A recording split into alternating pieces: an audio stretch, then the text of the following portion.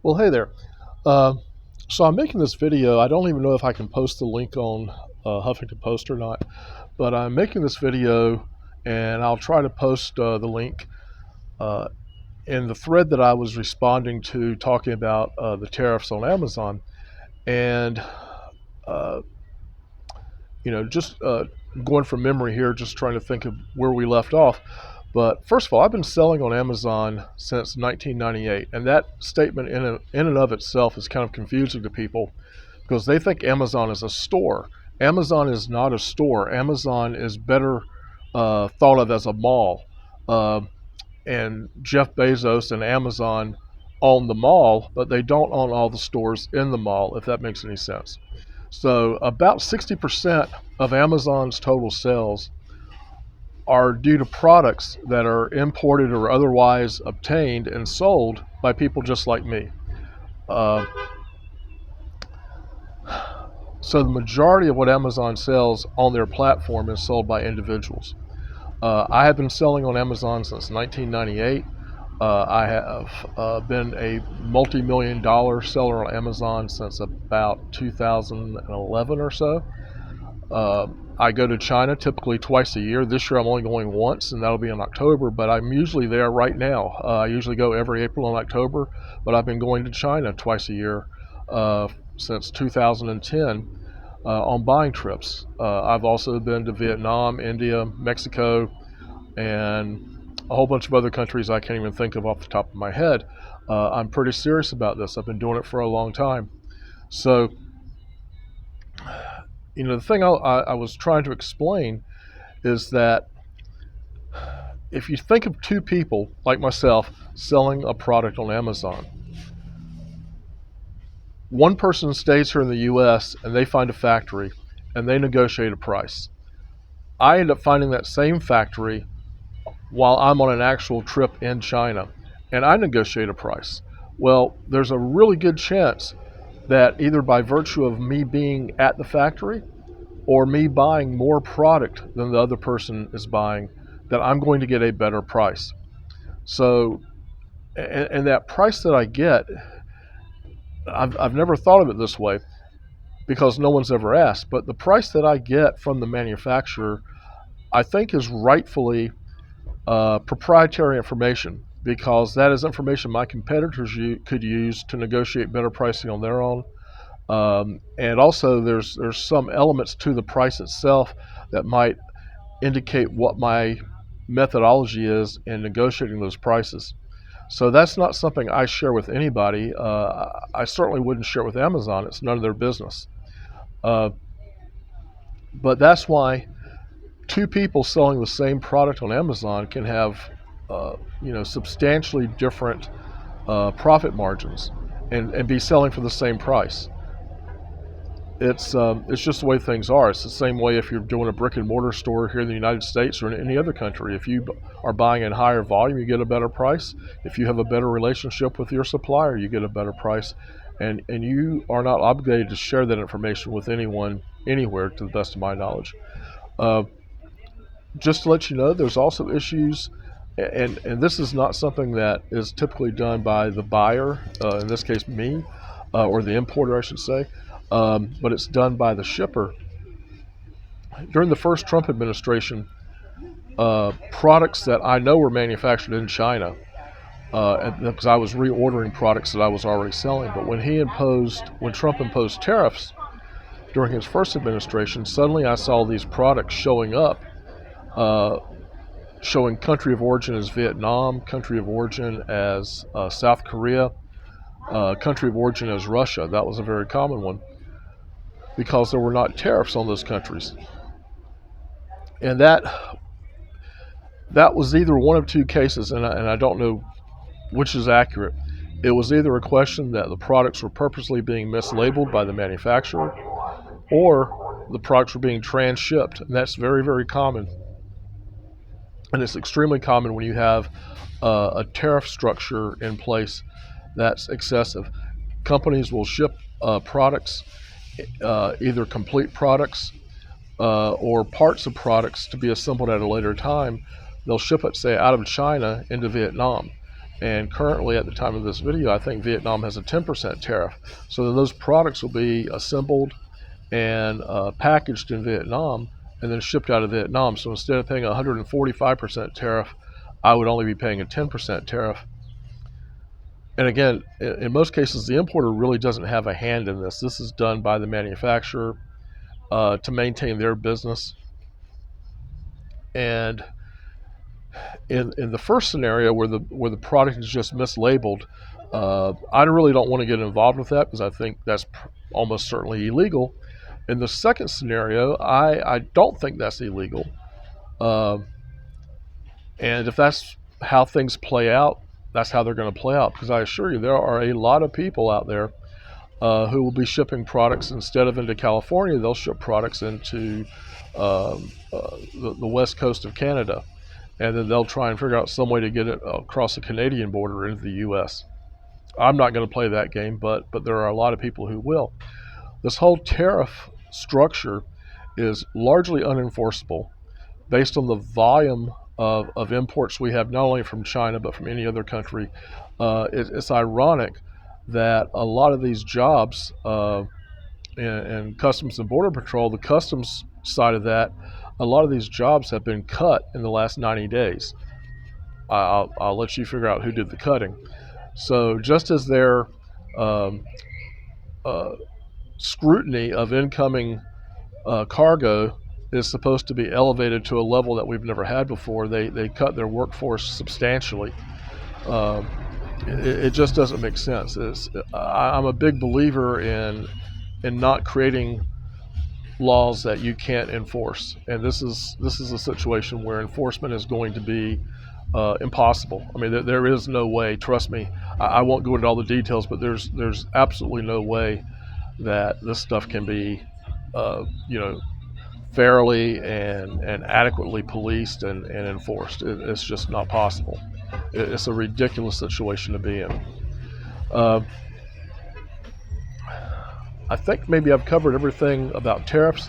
Just to throw in a couple of other things. I mean, I've been watching comments on every platform that I engage with, and I keep seeing the same phrasing used. So I'm assuming it's probably some trolls or whatnot, but they keep saying, cheap Chinese junk over and over. And I would tell you that I would advise you to go online and Google Lighthouse Factory.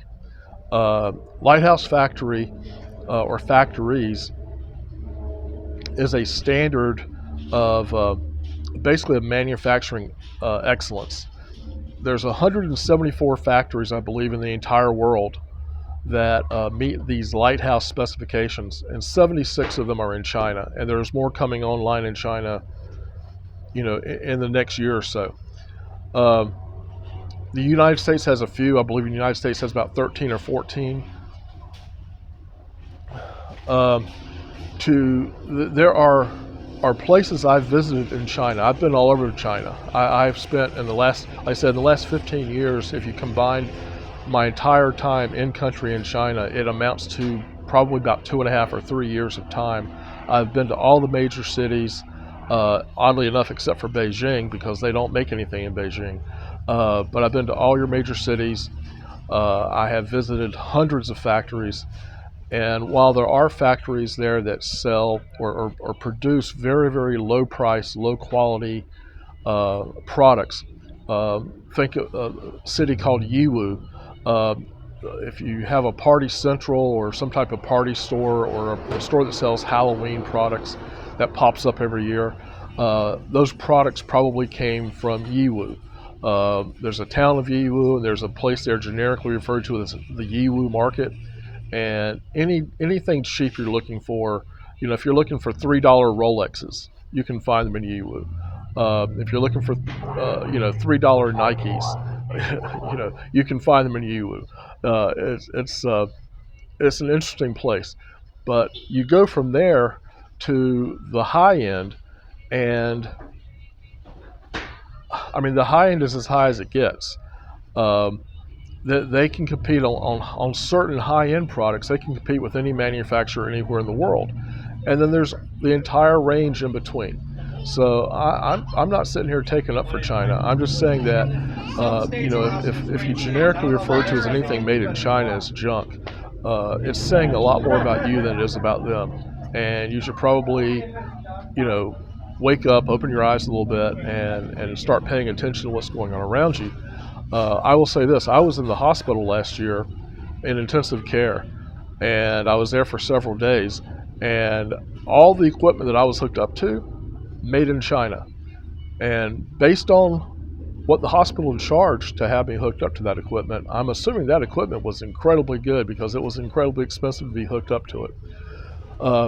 So just keep that in mind. Lastly, that may very well cover everything, but you should look around. Um, you know, in my opinion, um, if manufacturing does come back to the U.S., it's going to take years. Uh, and I did want to touch on this. In the last 4 years, since 2020, there were 750,000 manufacturing jobs added to the U.S. payroll uh, by virtue of countries, onshoring some of their more critical manufacturing processes after the supply chains broke down during COVID. Um, 750,000 that's quite a few jobs to add. Well, that addition has just stopped dead in its tracks because a lot of those factories that are being reshored back to the U.S. rely on Chinese produced equipment in order to open. And a lot of that equipment takes years to manufacture because it's custom designed, custom engineered, and then custom produced, in China. Well, I know for a fact there's equipment that was supposed to ship to the U.S. I mean, we're talking about major factory equipment, millions and millions and millions of dollars worth of equipment that would have shipped this summer that will not ship now until something is done about the tariffs, because these companies, they budgeted in, who knows how much money to buy that equipment, and that equipment is paid for. But now they're being told they have to pay a 145% tariff in order to bring that into the country. That equipment's going to sit there, and the jobs that would have been added will not be added until that equipment can be brought here and put to use in the factory. The other thing is, just to fall back on what I was mentioning before about the lighthouse factories, one of the elements of these lighthouse factories is that they are designed to employ as little human labor as possible. Again, if you Google it and you go to some of the websites and look at the videos of these factories, you will not see a human being, or you'll see very few human beings. Everything's done by robotics. Materials moved robotically. It's machined or formed robotically. It's packaged robotically, painted, assembled, everything by robots. We have examples of that here in the U.S. One good example, the GM Doraville, Georgia assembly plant. They used to make the Oldsmobile Cutlass. They closed down around 2003, 2005. They employed something like 10,000 people on 3 shifts, 6 or 7 days a week for decades. They closed that plant down. They retooled it, and when it opened in 2009 to produce the 2010 Camaro, it employed 1,100 people on 2 shifts and had a higher production capacity than it had ever had before. And the joke has always been that the next time it closes down for retooling, it will reopen with one person, one human, and one dog. And the dog will be there to make sure the human doesn't touch the computers. And that's not far from the truth. If you go to an Amazon warehouse here in the U.S., as vast as they are, you'll see robots or robotics moving material, swiftly, efficiently, without taking breaks, without getting sick, and taking care of their own maintenance. They'll back up to a wall. They'll discharge one battery and pick up another battery and just go right back to work. It's a pretty remarkable thing. But anyway, just wanted to throw that out there. And again, just bear in mind that Amazon is just the mall. It's not the people selling in the mall. There's limited information they have available to them. They certainly, Amazon could share the amount they're adding for tariffs on the products that they import. Anyone who buys the Amazon Basics products, which in my experience have been very good products, but anyone who buys those products, you know, there's no reason Amazon couldn't share the tariff. But with that said, if you're buying batteries this week for $10 and next month they're $25, you can bet that increase was due to tariffs. Uh, but in any case, that's it. I'm a real person. Uh, I thought a video would be better because I only type about 8 words a minute. I hate typing.